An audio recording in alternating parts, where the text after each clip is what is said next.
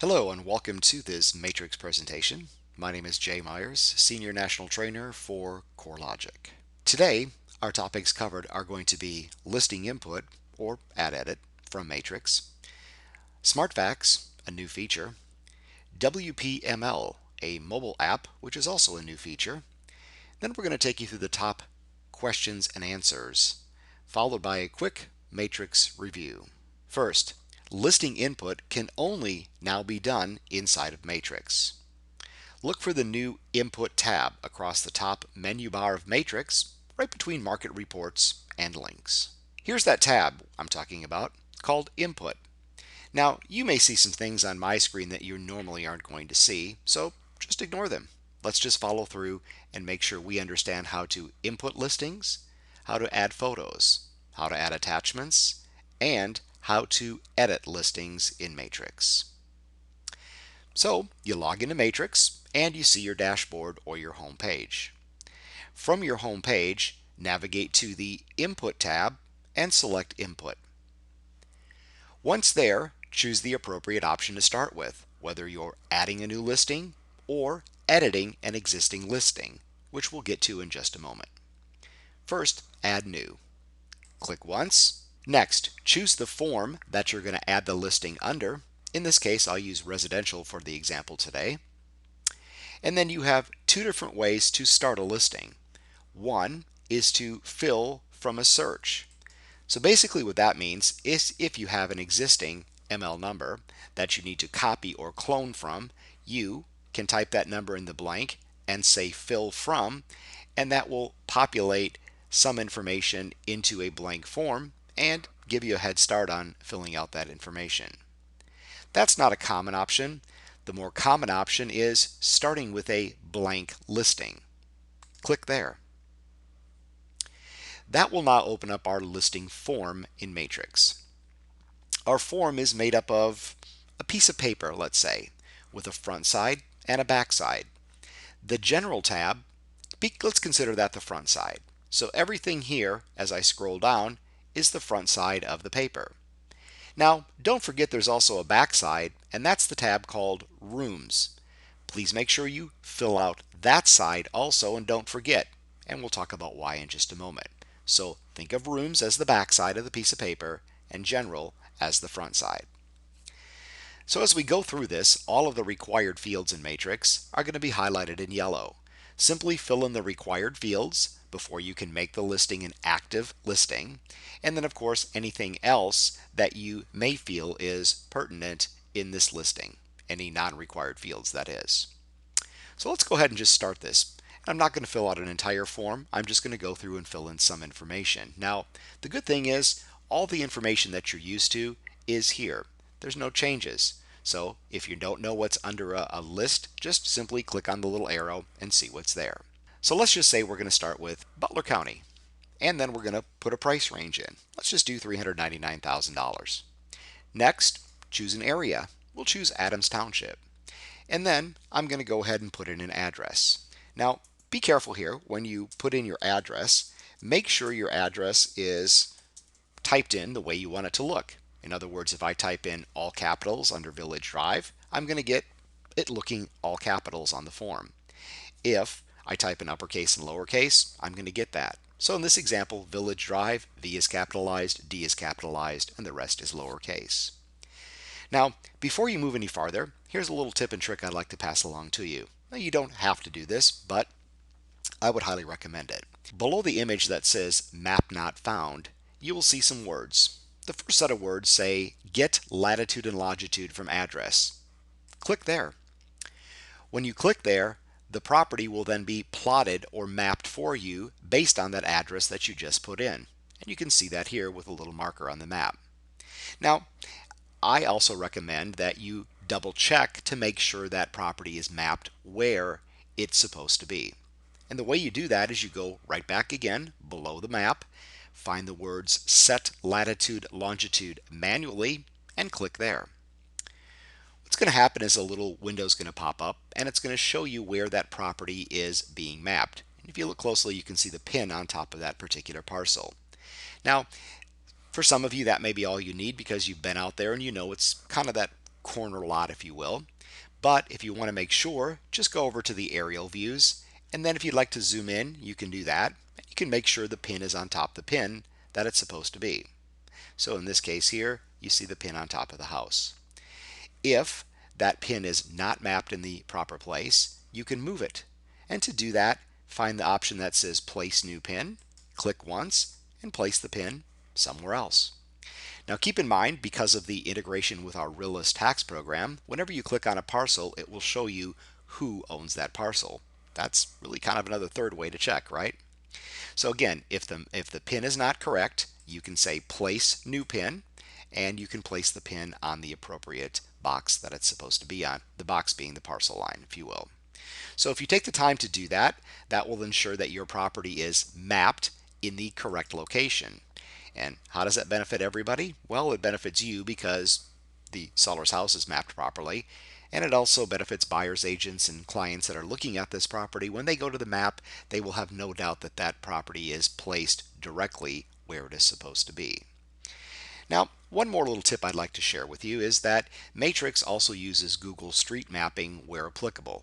In other words, if Google has a street view, we have it. If they don't, we don't.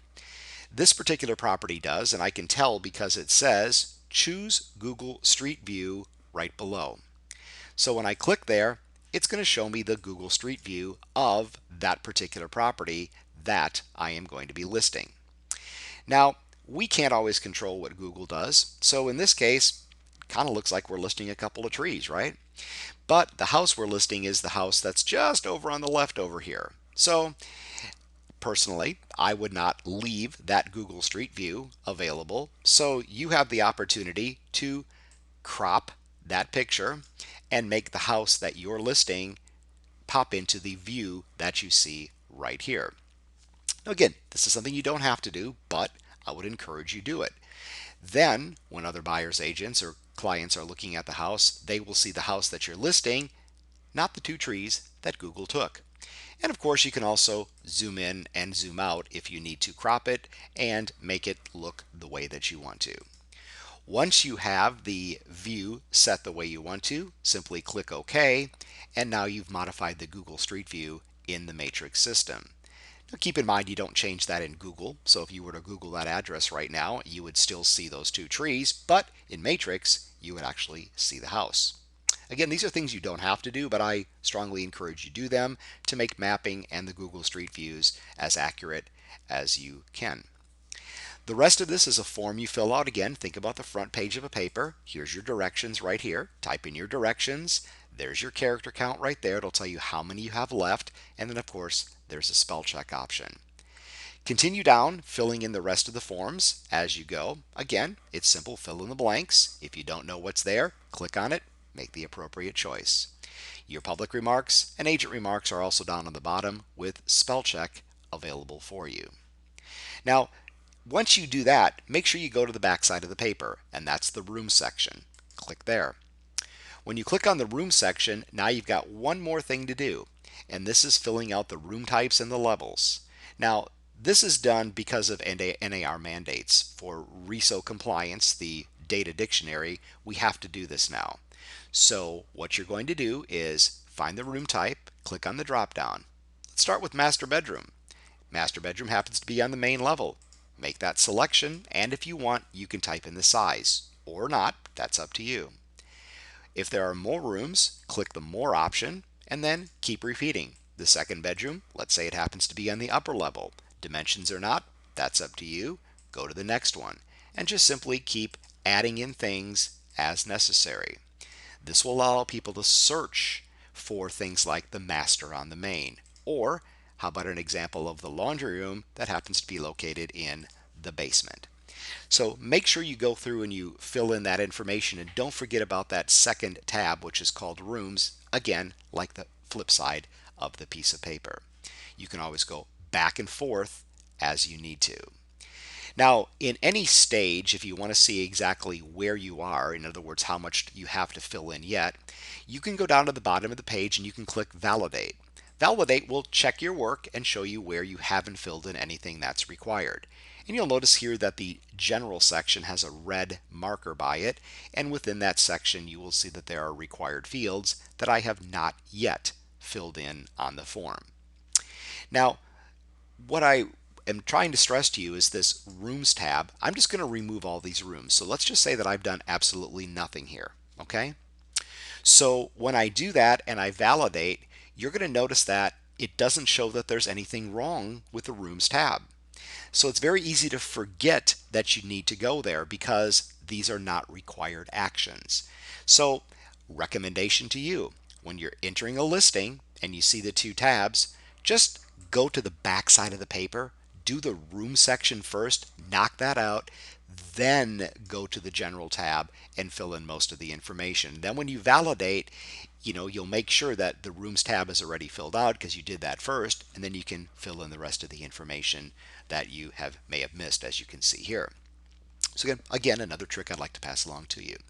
Now, if you try to submit this listing as it is without the required fields, you're still going to get all these error message like you see here. So again, you can't make it active until you've filled out at least all the required fields. Now, if you're not ready to finish this listing at this point and you want to come back and finish it later, come to the bottom of the page and click Save as Incomplete. Once you do that, you actually have a listing that's now saved as an incomplete, but it also has a listing number attached to it. That's very important because that number is going to be the eventual number that is going to be the number of that property when it is made active. Until then, it's not searchable or viewable by anybody but you or somebody that has permission to do your listing input and editing for you. So it's not a coming listing, it's just a number that gets assigned to that property in the state that it's in right now. The good thing about having that number is because it has a reference number, we now give you the option of being able to add photos and supplements or attachments to an incomplete listing. Now think about that. You have an incomplete listing, not yet out on the listing service, but you can now put the photos and the supplements on. It's a little bit different than what you could do before. In the previous system, you had to actually make the listing active and then add the photos and the supplements after the fact, which of course caused what? Listing showing up on hot sheets that didn't have photos or supplements, auto emails or flashes that were picked up that didn't have photos yet. That should be a thing of the past. So I've got my listing number, and maybe I don't have all the information on the listing filled out yet, but I have my photos ready to go. Simply go to Add Edit Photos. You will have your maximum 25 photos, and our photo size has been increased. So for the best quality, in other words, the minimum we should be uploading, are photos that are 1024 by 768. Now you can upload photos that are larger if you want to, but for best quality, they should be nothing smaller than this. So the hardest part of finding your photos is what? Finding them. Go to Browse, find out wherever you put your photos. Maybe you put them in a folder, double click there, and open up your photos. Now remember what I said about the photo size? This photo is actually much larger. This is a 1772 by 1133. This photo happens to be 3000 by 1940. So obviously that's a larger photo than what we say is the minimum. And again, remember what I said, you could add a larger photo dimension wise, but it should be at least 1024 by 768. So no longer do we have to pick photos one by one. We can select as many as we want at one time. Let's just say I selected 25 as an example. Click Open, and about as fast as you can load them in, they will start popping right into Matrix, and there's 5 photos right there. Now, the nice thing about Matrix is if they're not in the order you want them to, you just simply grab them, drag them, and drop them and put them wherever you want to. You can reorder them very, very easily. Now, of course, you can also delete by selecting any photo or photos you don't want and deleting them from here. And let's not talk about deleting, but let's talk about finishing this. And what I also encourage you to do is to add your captions underneath your photos. So how do you add captions underneath photos? You simply click on the little square, and that'll open up your photo for you as you took it. Enter your description underneath, and this is a free form type now. You don't have to pick from a label or a list anymore. So if you have a unique room and you used to put other there, just tell me what the room is and finish describing it. Hopefully this will eliminate ever seeing other, or exterior front on every picture that gets put into multi-list. Now there is of course, a spell check available for you also. So please take the time to paint a picture and tell a story about the pictures that you took for this particular listing. Don't waste all your time trying to tell me about the house in the remarks field. Tell me about the house and the rooms in the field that's available underneath the picture. Again, paint a picture, tell a story. Go through one photo, finish it up, go to the next one, enter description, type it in, click done, click save, and you've done that. Again, this is all being done on an incomplete listing, a listing that is not yet active in multi-list. So when you're done, you save it. It'll tell you your photos have been saved, and now you can go right in and you can start adding any supplements or attachments. Now Matrix calls them supplements. You may be familiar with the word attachments. It means the same thing. Click there. Find the attachment or supplement that you'd like to upload into Matrix. Again, it's just a simple browse. Where did you put that document? And upload that document with a description. So if it's a seller's disclosure, you're going to put seller's disclosure. If it's a lead paint addendum, you're going to paint lead paint addendum. You can only upload one document at a time though. Once you've done with that, click save, and you now have any attachments / supplements and photos already tied to that listing number, once again before it is made active. So how about this scenario? Now we're done. We want to come back later on and finish this. We've kind of finished about 2/3 of what we need to finish here. Listing is not done yet. Photos are there. Supplements are there. So now we come back later. How do we find that listing? Well, there's two ways to do it. The easy way is to just find the little widget called My Listings, which some of you maybe equate to the inventory watch that you used to work with before. And you'll see an option that says My Incoming Listings, Incoming Incomplete. Click there. You will then find all of the listings that are in an incomplete status. Notice the I. Now you can take those listings, pick the one you want, and if you needed to add another supplement to it before making it active, you could do that or delete one. You could also add or delete any photos that are attached to that incomplete listing at this point in time. But the true goal here is to finish the listing. So we just go to Edit, choose the residential form, and pick up exactly where we left off. So now we come in here and let's say we put a school district in at this point in time and we think we're all done. Remember, you can always validate, and again, if you missed any required fields, you'll be told. Again, don't forget about that Rooms tab, which again is not required, but it's again on the back side of the paper. So please make sure you fill that out. So again, we just pick up where we left off. Once everything is required and filled in and we validate it and we get all good marks, then we can submit it, and that listing will then be in multi-list with all the photos and the supplements attached moving forward. How do we find that listing from one other place? Well, remember we just talked about going to the Home tab and finding your incomplete listings. We can also go right back to the Input tab, and all of those incomplete listings will now be available right here, including your actives, your solds, or in this case, your incomplete listings. So you can just pick the appropriate listing. If you wrote down the number, you can type it in there. It's whatever's easier for you. And once you select that number, go to residential, and there we are back again, being able to pick up exactly where we left off again. So it's not hard, it's just different, but different doesn't necessarily mean hard, just a new workflow. So now we've got a listing that we need to modify or change. We've got a listing that maybe we have to change the price or the directions. Anything but status is done this way. Again, everything I'm going to do refers to everything but status changes. So how do we do something like that? We go back to My Listings. Now my listings are called test listings. Yours will be called My Listings. So once you click there, you can see all of your listings, in this case mine, and you can see the active listings right here. So let's say I needed to go ahead and change the price of this particular listing here on Arch Avenue. Simply check the one I want to work with. And once again, even with an active listing, if you need to add additional supplements or delete them, or add or remove photos, you can do that.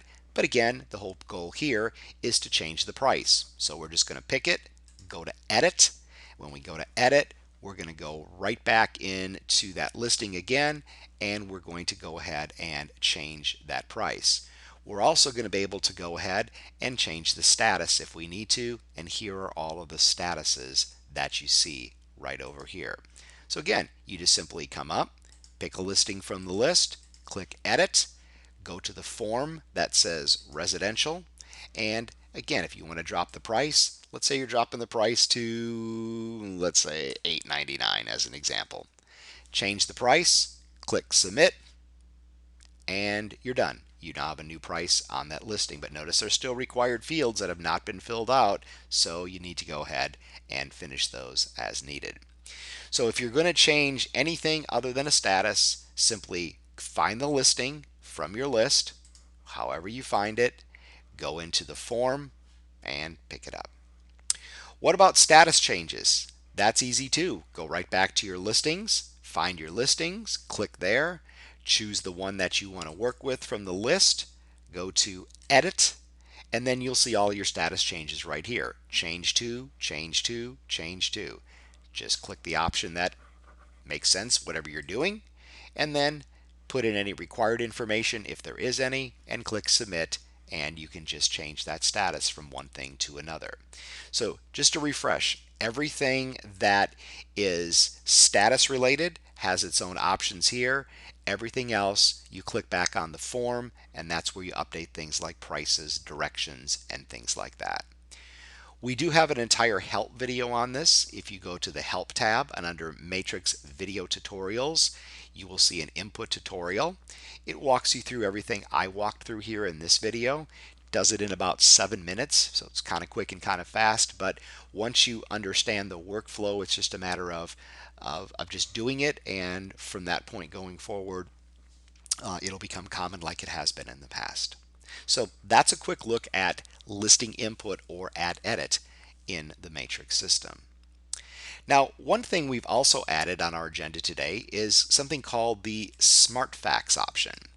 And that Smart Facts is in the form of a little widget like you see on my screen right across the top of the page. Now, if you don't see that widget clearly, there's a chance that it may have been, tightened up a little bit here, and instead of just being a full open widget, it looks like a little bar, and you might have to find it. Or maybe you do not see that bar anywhere and you're going, well, where did that go? There is an additional widget down here. It says additional, and if you pop that little widget open, you may then see the Smart Facts feature, and to start using it, just simply drag it out, and now it's open. So what's Smart Facts? Well, Smart Facts is this. You have two ways to get attachments into a place where you can upload them in Matrix. One is if you have a printer, you can scan the document and scan it to a folder or someplace on your laptop or your desktop, and then browse for it just like you would a photo. If you don't have access to a printer, but you have access to a fax machine, you can fax the document directly to a place where then you can retrieve it in Matrix. And that's what the Smart Facts is. So if I go to Open Smart Facts, you will see that you will be logged right in, not what I have here. And then from here, you need to create a cover sheet that will allow you to fax the document to this place that you see right here, which is basically an inbox that you have. Once things are in this inbox, you can then open them up. You'll view the document, and then you can save that document on your desktop, and then from there you'll be able to browse and attach that document to a listing that you're inputting into Matrix. So how do you fax that document into here? Well, you need a cover sheet. The upper right hand corner has a cover sheet up section for you right here. Click there. That will generate a nice little cover sheet for you that knows who you are and where this document needs to go. It also provides to you the phone number that you need to fax to. So you would print out this fax cover sheet, go over to your fax machine, blow off the dust, put this cover sheet face down, put your seller's disclosure on top of that, dial the number that you see here, and that will then take that cover sheet and that document and fax it directly to this inbox, and then again you can retrieve it as needed, put it somewhere where you can get to it, and then within Matrix, you'll then be able to browse and find that document that you faxed in from a fax machine versus scanned in from a printer or scanner. So basically, it's a choice. You can fax documents in or you can scan them in. It depends on whatever works best for you.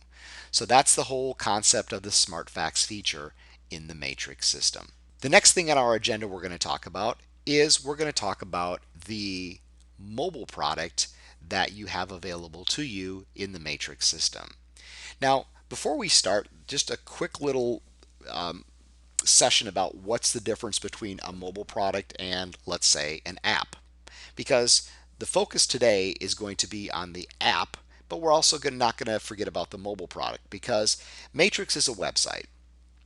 Matrix, like any other website, you go to a browser of your choice, whether that be Safari or Firefox or Chrome or Internet Explorer or the new Microsoft Edge browser, whatever browser you want on whatever device you want, because we all know Matrix works on Apple products, it works on PCs. You open up your browser, you type in the address, and you go to the desktop version of Matrix, what you're seeing right here. Now, if you're on a laptop or a desktop or let's say an iPad, you will see this same look and feel on all three of those devices. This is the desktop version of Matrix. Again, a website.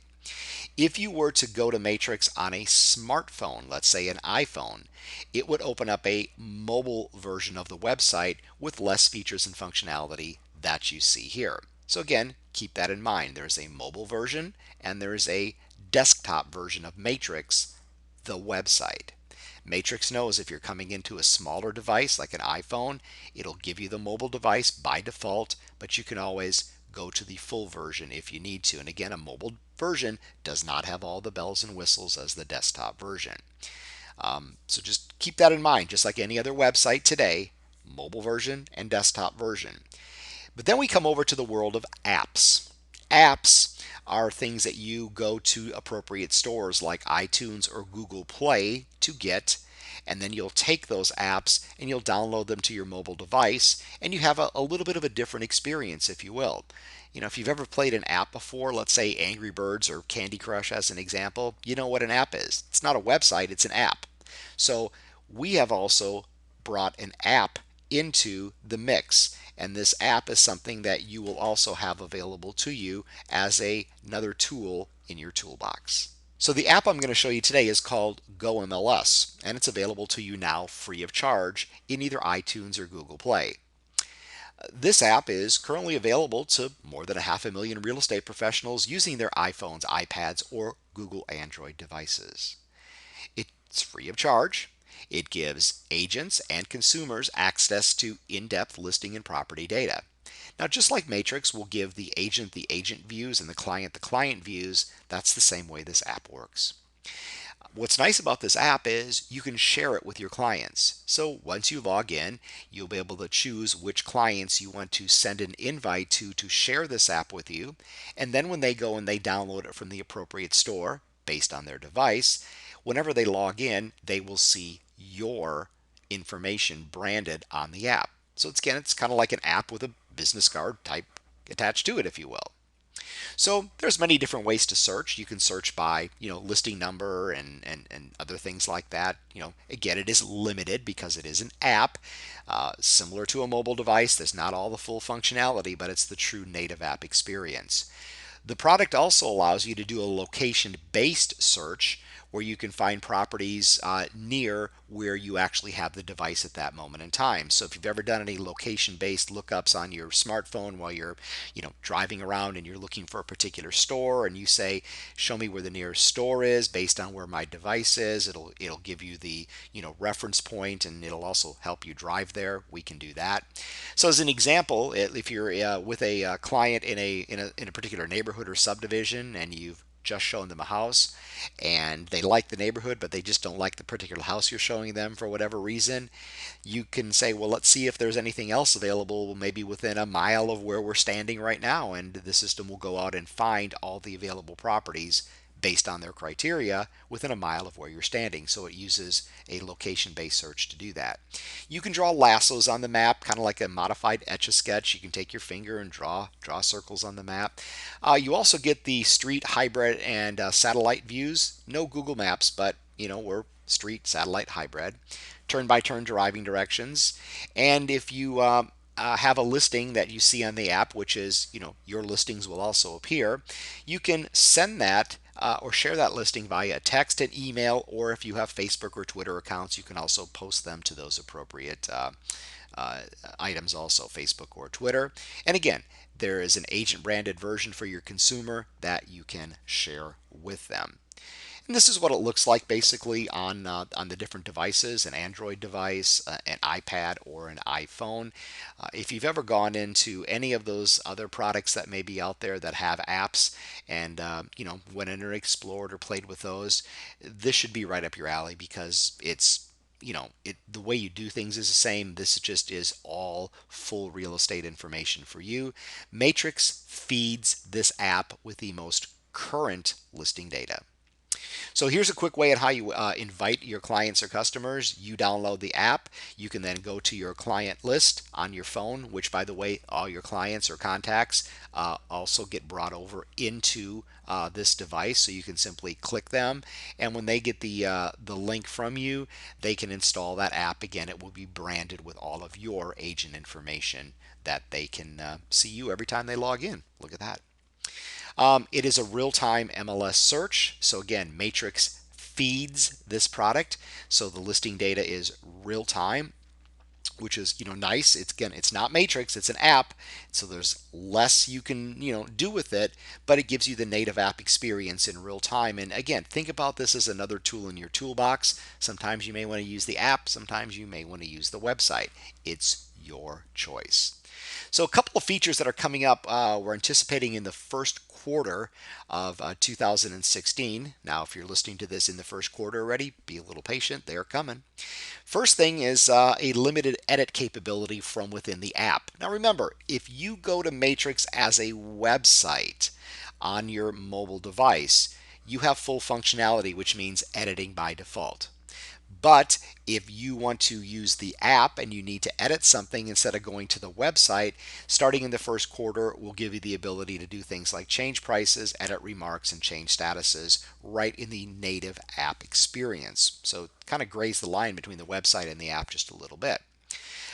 Documents, all those seller's disclosures and lead paint addendums that you have put into the Matrix system, they are a coming feature that you'll be able to access that particular document right from your mobile device on the app once again. So again, you can see an example here. And also the native Matrix looking reports like the agent full reports, those are also going to be available in the app also. Right now, there is a report there that talks about the property, but it's not the same exact look and feel you see in Matrix. So we're going to be adding that in also, again, giving you a choice on how much information you need or want to see. And then, of course, your saved searches. Any saved searches that you have currently saved in Matrix will also be available in the app. So you'll be able to just simply click here and get to your Matrix searches. So if you created a saved and named search in Matrix, it's a one-click access to run that search and see the results on the mobile device. And also you can create searches that you save on the mobile device that are only available there. So again, some features that are upcoming: limited listing input, being able to get to documents on the mobile device, being able to see the native Matrix reports. Those are all coming, but the save searches are already going to be in there. And of course, all of your contacts will be brought in to the mobile product after you download it and log in.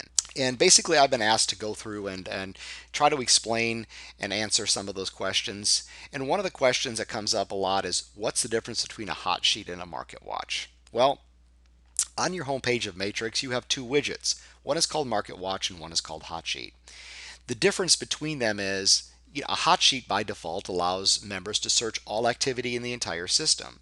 It allows you to change the property type, as you can see right here. It allows you to change the time frequency. It allows you to edit the hot sheets that are created for you, and it also allows you to delete them. It allows you to add your own custom hot sheets, and you can have 10 of the custom hot sheets on the home page for you. What's then a market watch? A market watch displays the number of listings associated with all activity for the entire system. It allows you to change property type, change the time frame, although a little less limited than a hot sheet. You can edit the MLS default hot sheet, and you can only have one of these particular market watches on your home page at a time. Here's a look at the two in Matrix itself. Here's the hot sheet, and here's the market watch. Once again, they do things a little bit differently. In the hot sheet, you can customize your hot sheets. So you can go to customize, you can pick a property type, and you can edit the criteria as needed. Pick the change types you want to see, where you want to look, click save, and you're done. You can also go and you can take hot sheets that are already there or ones you've created, and you can edit them from there. So again, you've got a lot of different things you can do. It's a hot sheet. You can go through and tell us where you want to look, and then once you tell us where you want to look, you can then choose how far back you want to look, and you can click on the property type, and you can see the changes that in this case are applicable for your hot sheet.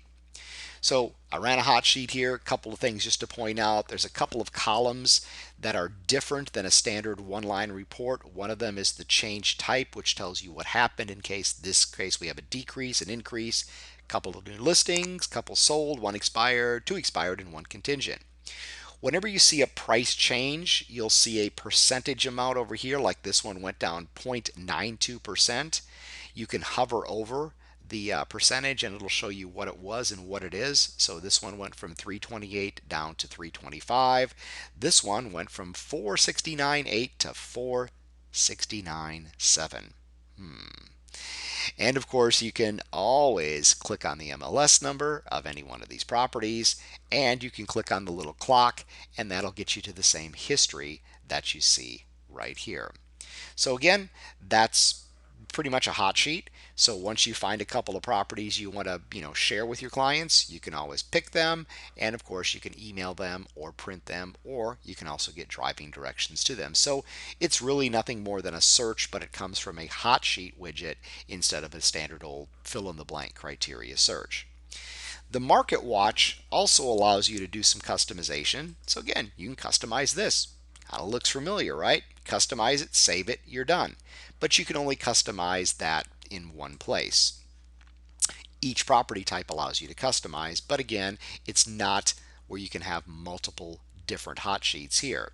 So what I see here is I see the time frame to be able to go back in time, and I'm also seeing kind of an at a glance. So based on how I customized my hot sheet in the past 24 hours for residential property types, this is what's happening. So think about it at a glance. I can see the bar charts and I can see the numbers that are actually relative to that activity versus having to go in on a hot sheet and then taking a look over here. So I have to actually click on a hot sheet here. It's, right out here. But again, I can only customize that one time under a residential hot sheet. So again, same thing applies here. If I click on the new listing, there's the new listing, and everything from here is pretty much wash, rinse, and repeat. So a hot sheet is kind of like getting into the details, being able to go in and create multiple hot sheets and really starting to, keep an eye on many different things at one time, where the Market Watch is kind of taking a look at the big picture. Maybe you just want to focus your Market Watch on a county and watch what's happening in the particular county. And then maybe on your hot sheet, you want to break it down by townships or cities or whatever you'd like. So again, think about this as kind of the smaller, granular, more detailed type of a search. Think about this as kind of the broad-based, I just want to get a quick glance. Kind of like when you watch a business channel, you see the Dow being streamed across the top, but then you also see individual stocks and mutual funds. These would be the stocks and mutual funds. This would be the Dow or the NASDAQ or the S&P or something on a bigger, broader scale. So difference between the two, that's the best I can say for you there. Another item that was fairly confusing to a lot of people, and rightly so because it is different than what we're used to doing, is the use of wildcards. And wildcards are those things where you can say equals to, or contains, or must have, or starts with, or not containing. The first column and the third column are the operators that you have been familiar with in the ML Exchange or Fusion system.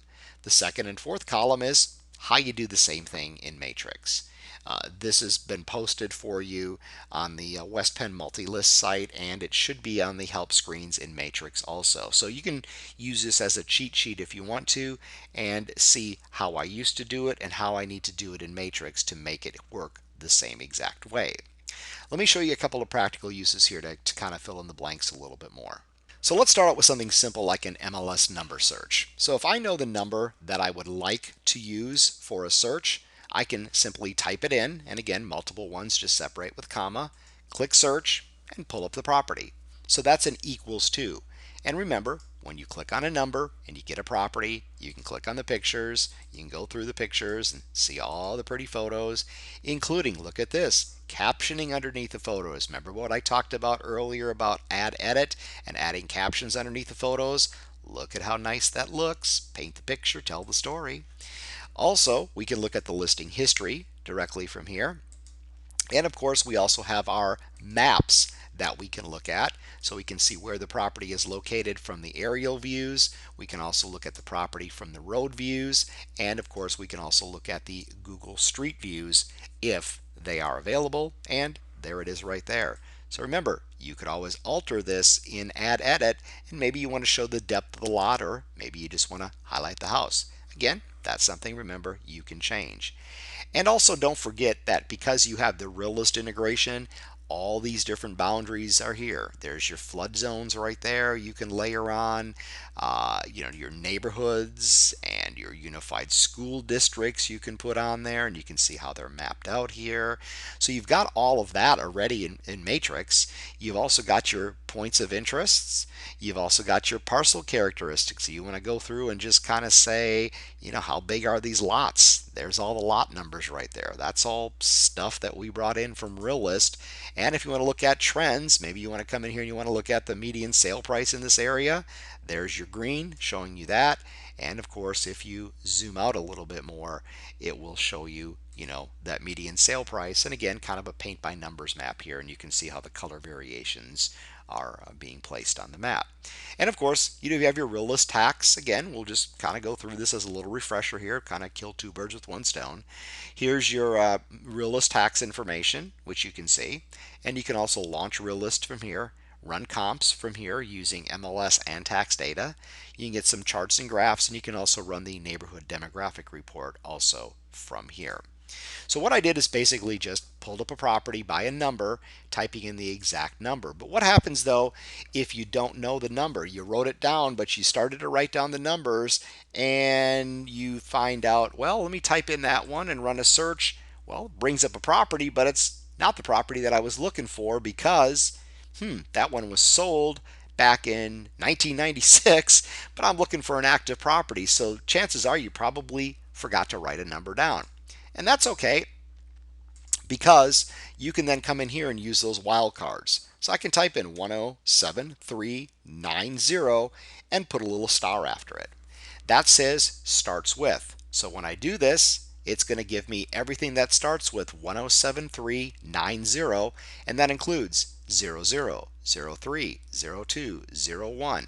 So now, oh yeah, it was this one here on Lost Lake Court because I forgot to write the 3, but the wildcard found that last digit for me, and then when I pull it up, there it is. So starts with is done by putting the wildcard at the end.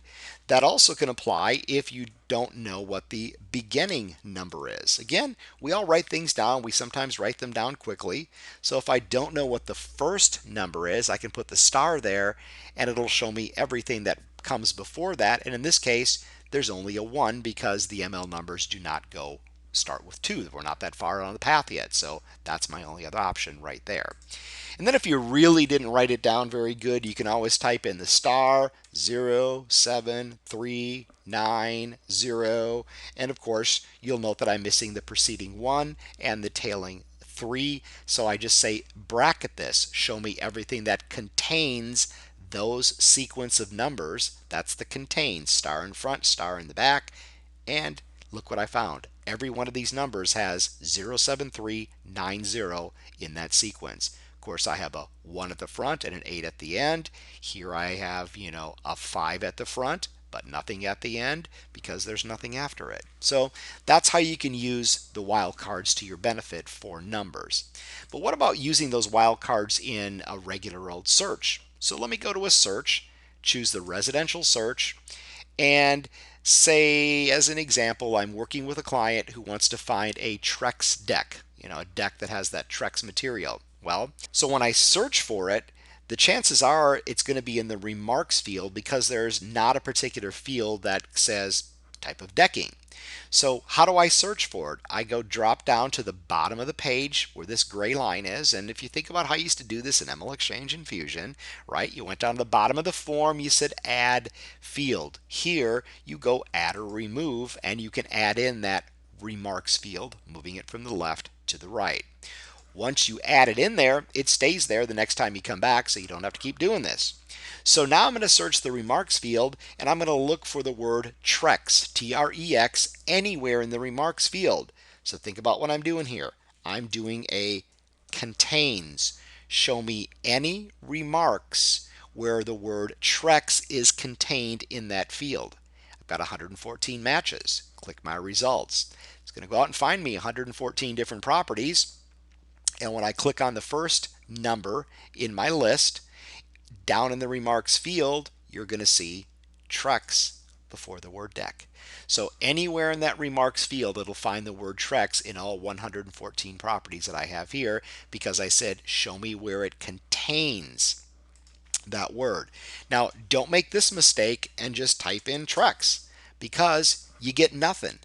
It's looking for that word to start with that, and nobody put that as the first word in the remarks field. So remember, just kind of wrap your arms around it, okay? And you do that by putting the 2 stars in between, and there we have everything that was contained.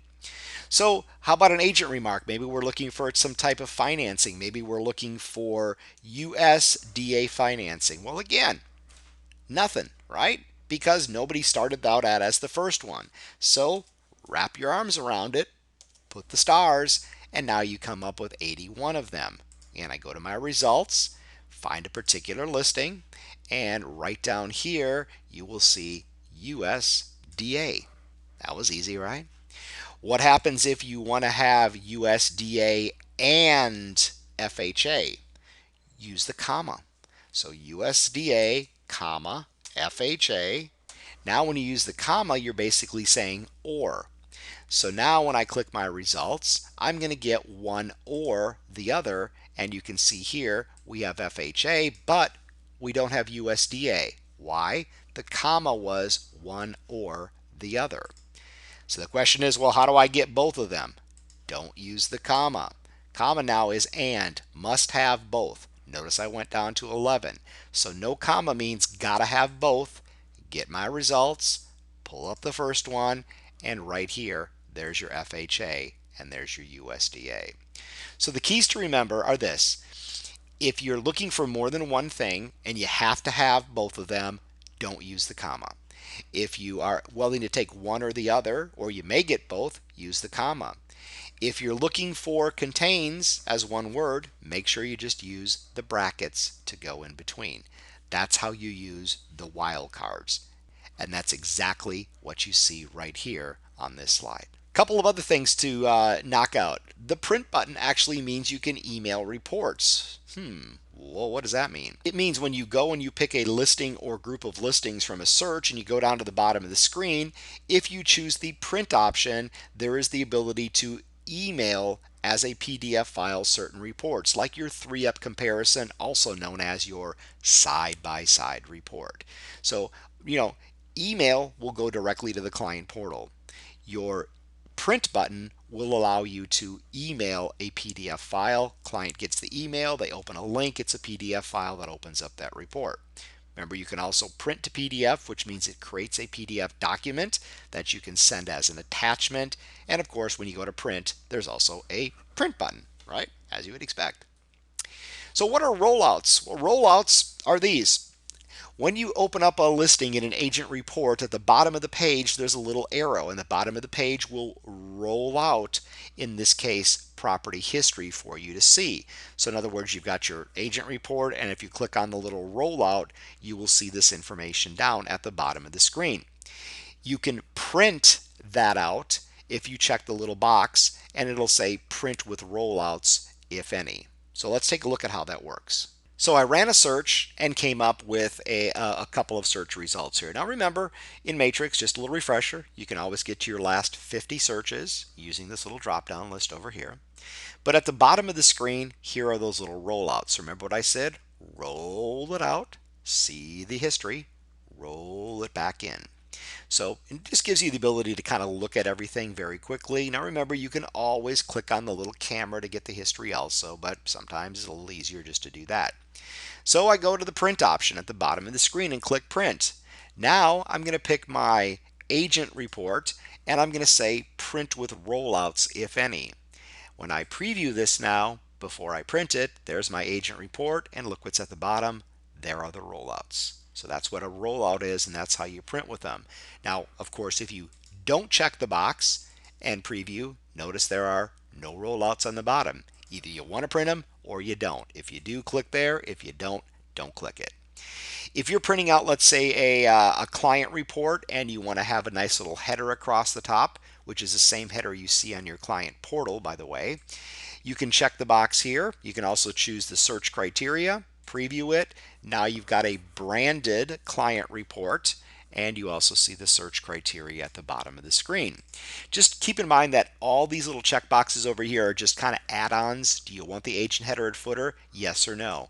Do you want the rollouts? Yes or no. Do you want to print the criteria? Yes or no. Again, those are just options for you before you print to PDF, or email them.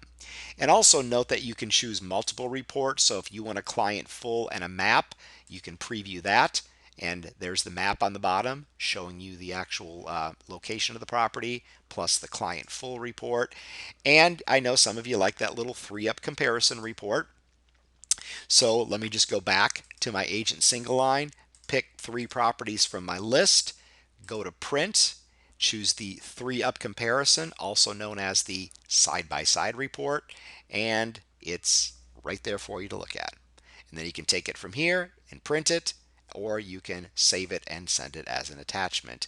And finally, the last thing is, how do I take those saved searches and turn them into auto emails in Matrix? Well, there's been a document that's under the Help tab, which is called Convert Saved Searches into Auto Emails. It's a 1-minute and 9-second tutorial. It's that short because it's that easy. So go there, check out the tutorial. Of course, all the other tutorials are also available to you there also. But we'll show you how to do this because it doesn't take very long, and it's something that a lot of people are having some trouble with. Here's how you do it. You find your saved searches under My Matrix and Save Searches. Now remember, any searches that you create in Matrix will live here. Any searches that were in ML Exchange and Fusion that were brought over will also end up here, except they'll have imported to the left of them. So how do you create that save search and turn it into an auto email? Well, first of all, you find the search that you want to turn the auto email into. Again, My Matrix, Save Searches. Click on the search name. You will then see the search criteria that you used for that particular search. So again, click on anyone, see the search criteria. Make sure that search criteria is correct and accurate. So verify before you actually set it up. Then just go to Settings, which is the first option you see. That search that you named and saved that is going to be sent to that contact are now together. They are married together. What they want to get, who it's going to. So again, there's that who and that what comparison. Then right above that it says turn this into an auto email. One click will allow you to turn it into an auto email. You have to fill in any required fields that you see on the form. And in this case, there's only one. Hello, Anton. So that subject line in this auto email or flash is going to be the same link that they're going to click on in their client portal. So keep in mind that whatever you type here as the subject line that they see in their email is also the link that they're going to click on when they go to their client portal to go back and review those auto emails that you are sending them. So in other words, this name equals this subject line here.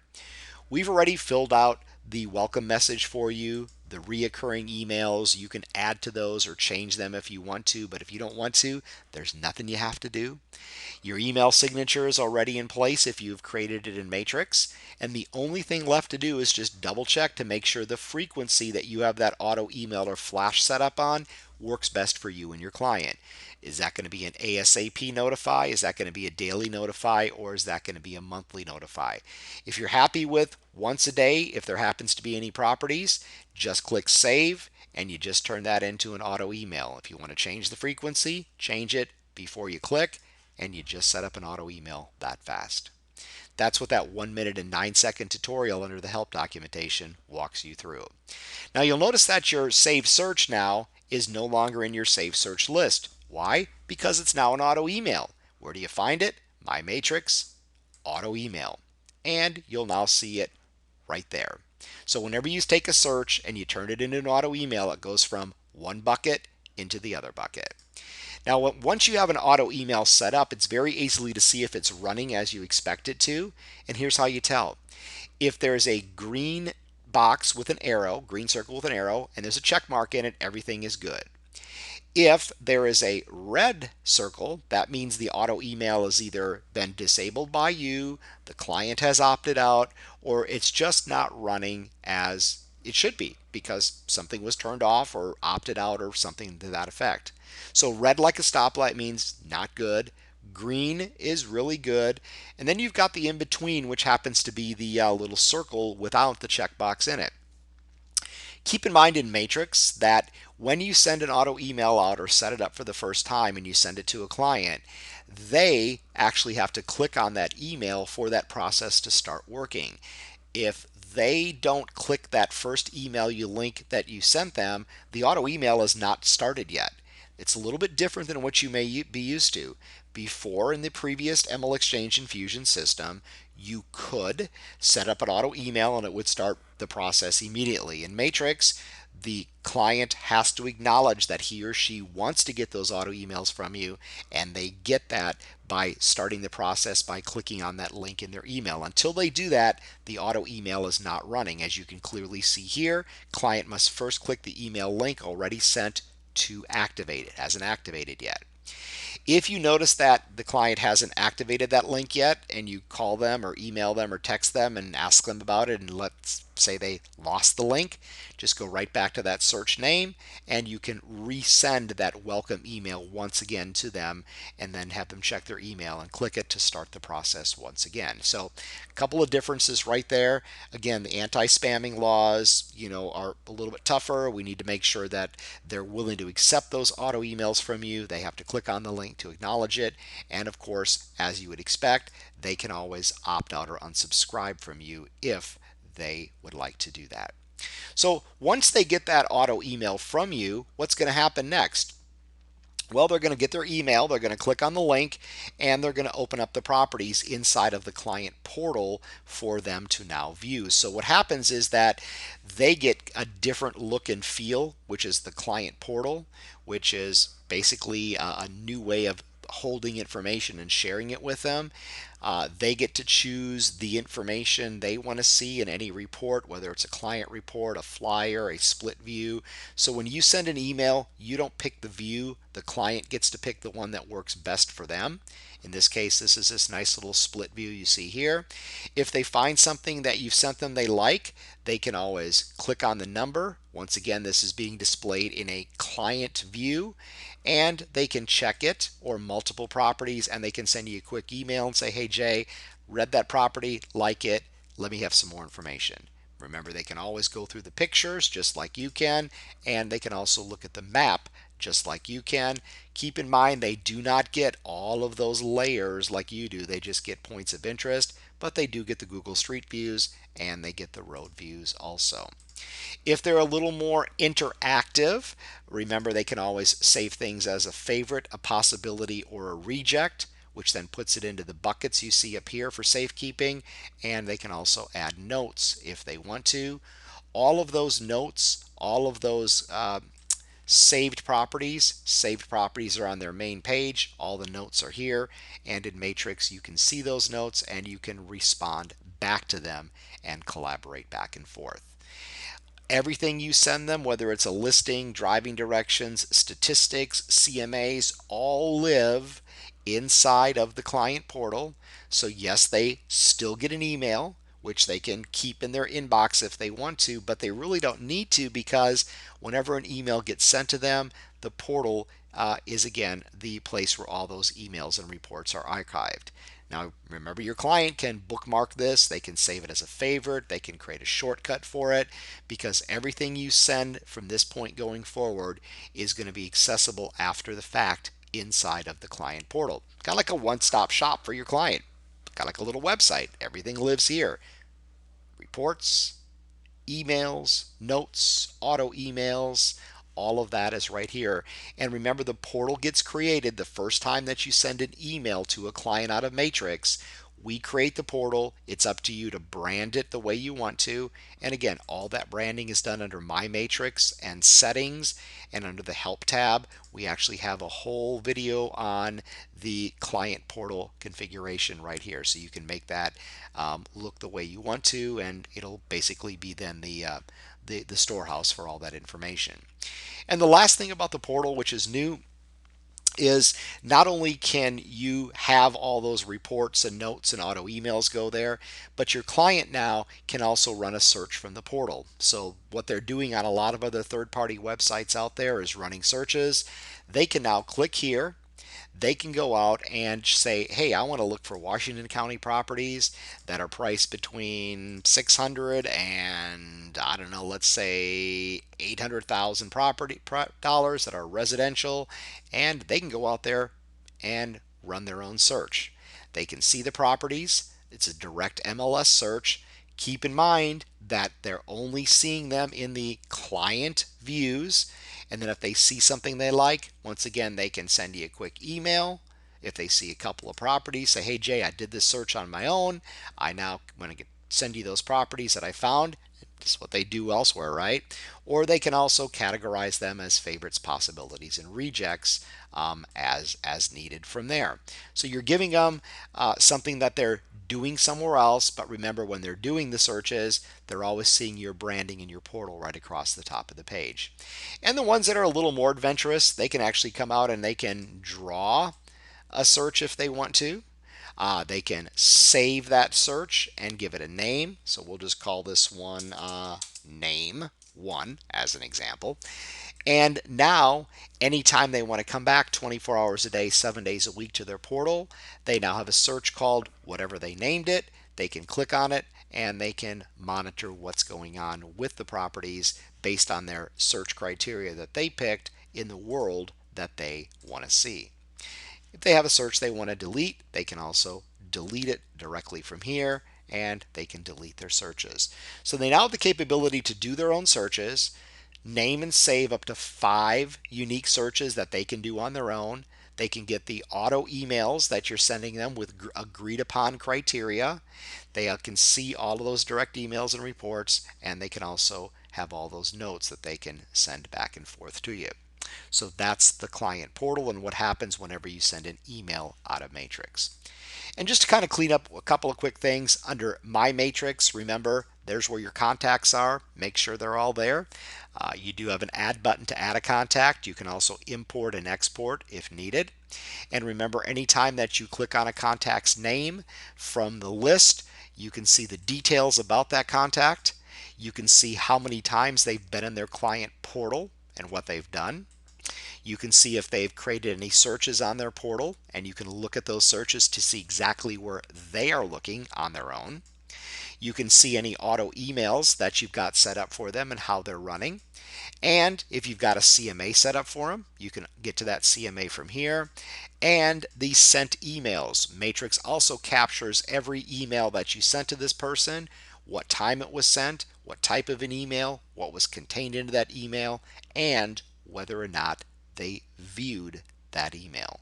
So you have a return receipt request with a timestamp on it. So you can watch everything that's going on with those people. Again, we talked about our safe searches, talked about our auto emails. Do remember that CMAs did not transfer over, so any CMA that you create in Matrix stays in Matrix. Anything that was an ML Exchange in Matrix is left there in the dust.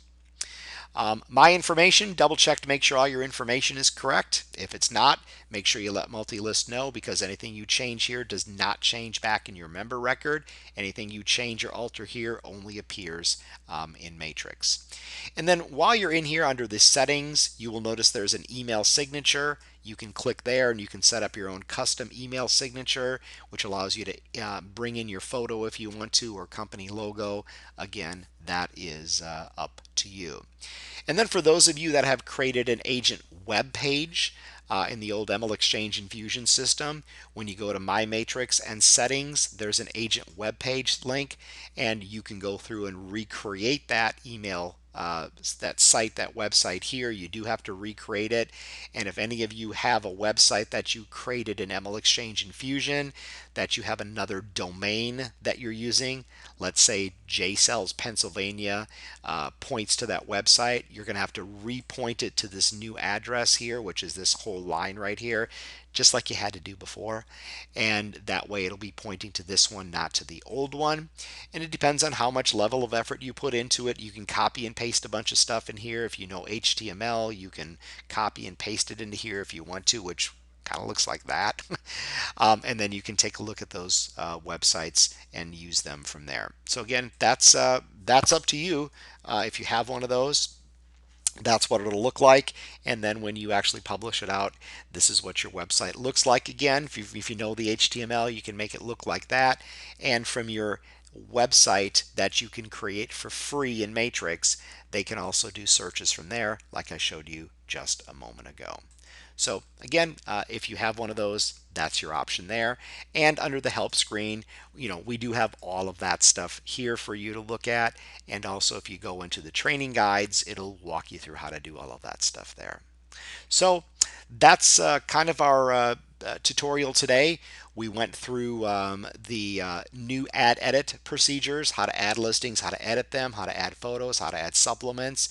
That's pretty cut and dried. There's a video for that, but hopefully it shouldn't be too hard to pick up. We then talked about the new Smart Facts feature. We also then talked about the WPML feature, the mobile app that you can download. Talked about some of the tips and tricks and questions that you may have come about, and then just kind of cleaned up here with just a little bit at the end with My Matrix, some housekeeping items, and then of course always knowing that there are tutorials and videos that you can watch as needed. So, without further ado, if you've hung with me this long, thank you for doing this. Of course, remember you can always go back and watch this. You can fast forward, skip, zoom, rewind, do whatever you want to do, get to the parts you want. But hopefully this has helped you with some of the new things that were just brought into Matrix at the conversion. And remember, the helps always let you go back and refresh yourself on some of the basics, the search, print, email, CMAs, and things like that. Thanks for joining me today. Have a great day.